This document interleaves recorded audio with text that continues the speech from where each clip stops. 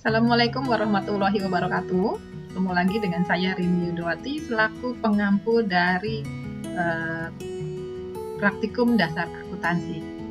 Pada materi kali ini kita akan membahas mengenai persamaan akuntansi, keseimbangan antara harta dan modal, pengaruh transaksi keuangan terhadap persamaan akuntansi.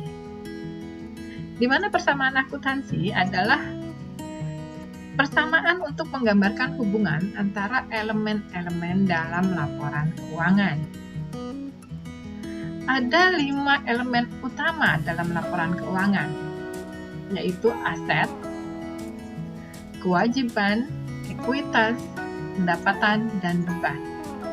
Di mana aset, kewajiban, dan ekuitas berada di posisi laporan neraca keuangan, sedangkan pendapatan dan beban berada di laporan laba rugi. Oke. Selanjutnya, untuk pengakuan transaksi lebih mudah dilakukan apabila pengguna memahami persamaan akuntansi. Persamaan akuntansi sendiri dibedakan menjadi 2, yaitu persamaan akuntansi dasar, persamaan akuntansi ekstensi. Di mana persamaan akuntansi dasar terdiri dari atau yang sangat sederhana, yaitu terdiri dari aset sama dengan liabilitas ditambah ekuitas. Liabilitas sendiri adalah kewajiban utang yang harus dibayar pada periode tertentu, sedangkan ekuitas adalah modal yang didapatkan dari perhitungan ekuitas atau hasil aset perusahaan yang sudah dikurangi dengan liabilitas atau kewajiban. Ya, sedangkan aset teman-teman pasti sudah tahu aset itu apa sih. Aset adalah liabilitas ditambah dengan ekuitas. Oke. Bagaimana dengan persamaan akuntansi ekstensi? Persamaan akuntansi ekstensi sendiri dibagi menjadi 2, yaitu persamaan akuntansi perspektif sejarah dan persamaan akuntansi perspektif IFRS. Nah, apa lagi nih? Oke, nanti kita jelaskan lagi satu persatu ya. Persamaan akuntansi perspektif sejarah itu terdiri dari aset ditambah dengan beban sama dengan liabilitas ditambah dengan ekuitas ditambah dengan penghasilan. Sedangkan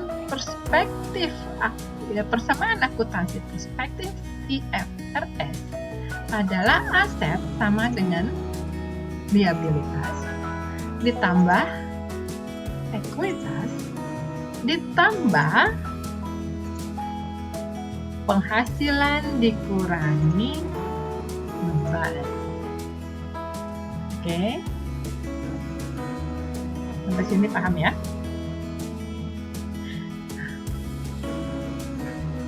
IFRS sendiri adalah singkatan dari International Financial Reporting Standard, yaitu standar akuntansi global tunggal yang berkualitas tinggi dan kerangka akuntansi berdasarkan prinsip yang meliputi pertimbangan profesional yang kuat dan pengungkapan yang jelas serta transparan mengenai substansi ekonomi transaksi hingga mencapai kesimpulan tertentu. IFRS sendiri dikeluarkan setelah 2001. Mengenai penjelasan IFRS itu apa nanti akan kita bahas pada subbab tersendiri ya. Oke. Berikut adalah persamaan akuntansi di mana terdapat posisi tanggal ya, aktiva dan pasiva. Untuk di posisi aktiva terdapat keterangan di sini adalah kas bank, piutang, perlengkapan dan kendaraan. Sedangkan pada pasiva terdapat utang dan modal. Oke. Yang harus kita cermati adalah pada aktiva dan pasiva itu di posisinya harus balance ya. Aktiva itu harus sama dengan pasiva ya. Sekarang kita masuk ke keseimbangan harta dan modal. di mana sumber modal sendiri dibagi lagi menjadi satu sumber modal, dua sumber modal, atau lebih dari dua sumber modal. Untuk satu sumber modal, harta merupakan kekayaan yang dimiliki perusahaan dan merupakan sumber pembelanjaan untuk melakukan kegiatan usaha. Sumber pembelanjaan menunjukkan siapa atau dari mana harta tersebut. Harta harus sama atau seimbang dengan sumber pembelanjaan. Sumber pembelanjaan yang berasal dari pemilik disebut modal. Modal adalah sesuatu yang sangat dibutuhkan dan utama di dalam sebuah perusahaan. Penentuan modal yang baik di dalam perusahaan dapat mempengaruhi jalannya kesuksesan perusahaan. Oke. Nanti teman-teman bisa baca lagi ya, cermat lagi, pelan-pelan lagi mengenai slide yang saya kirimkan ini. Berikut persamaan akuntansinya.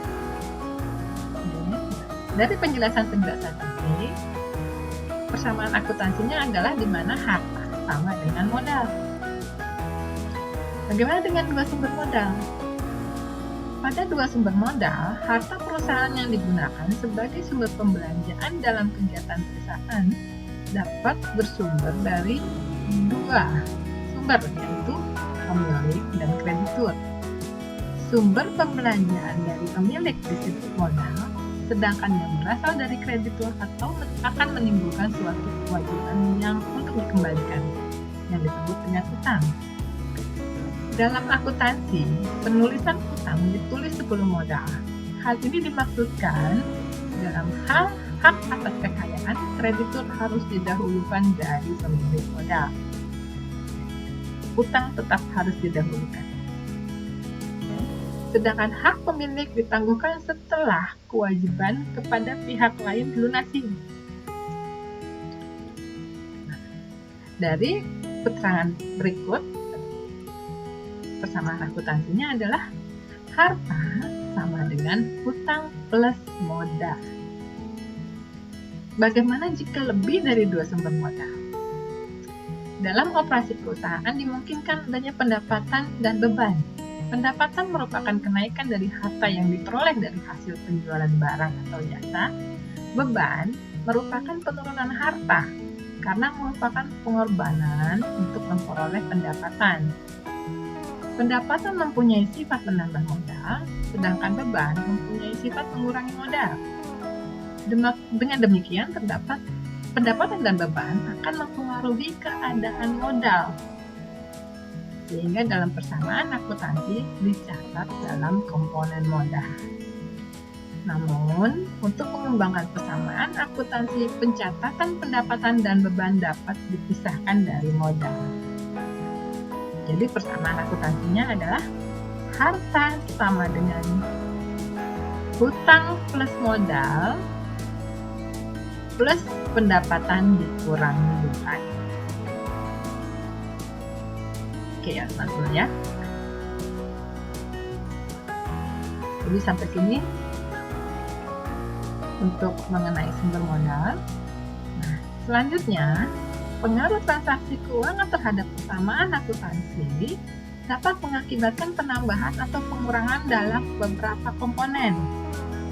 Di antaranya adalah perubahan harta diikuti dengan perubahan harta lain dalam jumlah yang sama.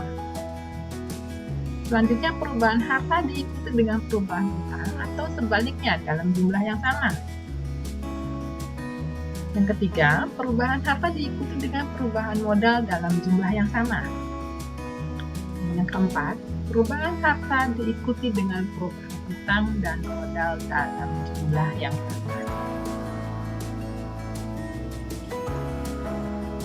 Pencatatan transaksi keuangan dalam persamaan akuntansi, transaksi keuangan dapat mengakibatkan perubahan dalam komponen persamaan akuntansi. Perubahan tersebut paling tidak menyangkut dua komponen. Semua transaksi yang terjadi dalam perusahaan dicatat dalam persamaan. Oke teman-teman, sampai sini dulu untuk materi kita mengenai persamaan. Terima kasih dan kita akan lanjutkan pada sesi video selanjutnya. Assalamualaikum warahmatullahi wabarakatuh.